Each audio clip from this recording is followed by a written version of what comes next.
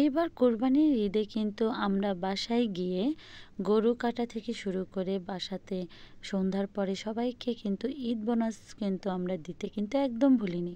যদিও সকালবেলা থেকে প্রচুর কাজ থাকে, তাই কিন্তু ঈদের বোনাসটা কিন্তু সন্ধ্যার দিকে নিয়েছে। তো শুরু করা যাক আজকের ভিডিও।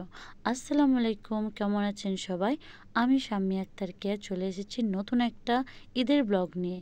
তো এই যে দেখছেন আমাদের বাড়িতে একটা গরু, এটাতে কিন্তু 7 ভাগে কিন্তু কোরবানিটা দেওয়া হয়েছে।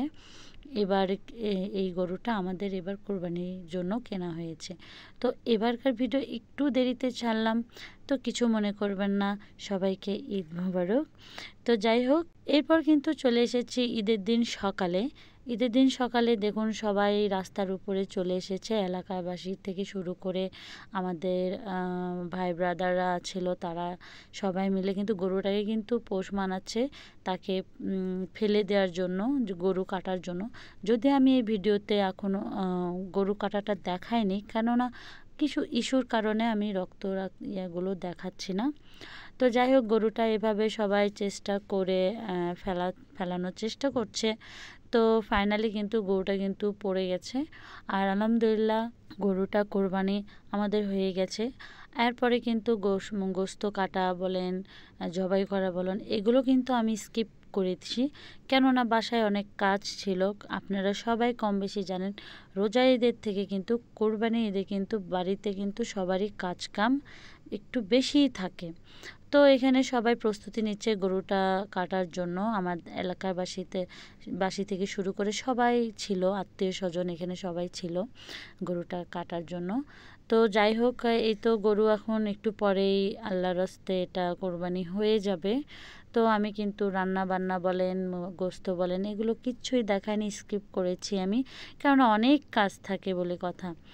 তো যাই হোক, এরপরে কিন্তু সন্ধ্যার সময় কিন্তু আমাদের এলাকার বোনাস নিতে কেউ কিন্তু ভুল করেনি, যেহেতু সারাদিন সবাই ব্যস্ত ছিল, এই জন্য সন্ধ্যার পরে সবাই কিন্তু এসেছে বোনাস নিতে। তো প্রথমে আমার দেবরকে বোনাস দিলাম, তারপরে আমার ছোট জাকে ঈদ বোনাস দিচ্ছে, কারণ প্রতি বছরেই আমরা এভাবে সবাইকে এই বোনাস টোনাস দিয়ে থাকি আর কি।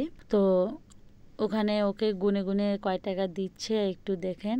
5 টাকা দিয়েছে। ও বলছিল যে আমাকে 500 টাকার একটা নোট দিয়েছে। তো যাই হোক, এই হলো আমাদের বাসার একটা পিচ্চি। এই পিচ্চি যে এত ঢং করে, সে দিবে টাকা, বোনাস সে দিবে, তারপরে তার মায়ের হাতে সে কিন্তু বোনাস তুলে দিল। এখানে কত টাকা আছে সেটা বা নাই বলি। তো পরদিন কিন্তু আর কোনো ভিডিও করা হয়নি। পরদিন কিন্তু আমি চলে গিয়েছিলাম আমার বাপের বাড়িতে, আর তাদের জন্য বরাদ্দ রাখা যে টাকাটা, সেটা কিন্তু তার হাতে আমি তুলে দিচ্ছি। ও তো মহা খুশি এতগুলো টাকা একসাথে পেয়ে, কেননা ওরা দাদু বাসায় চলে গিয়েছিল ঈদ করার জন্য, তাই ঈদের 2 দিন পর আমি তাদেরকে বোনাসগুলো দিয়ে দিচ্ছি। আর এটা হচ্ছে বড় বোন, আমার বোনের 2টা মেয়ে, এটা বড় বড় মেয়ে, আর প্রথম কার্ডটা দেখিয়েছি ওটা ছোট মেয়ে। তো সবাইকে বোনাস টোনাস দিয়ে দিয়েছি। তো আজকে এই পর্যন্তই, আল্লাহ হাফেজ।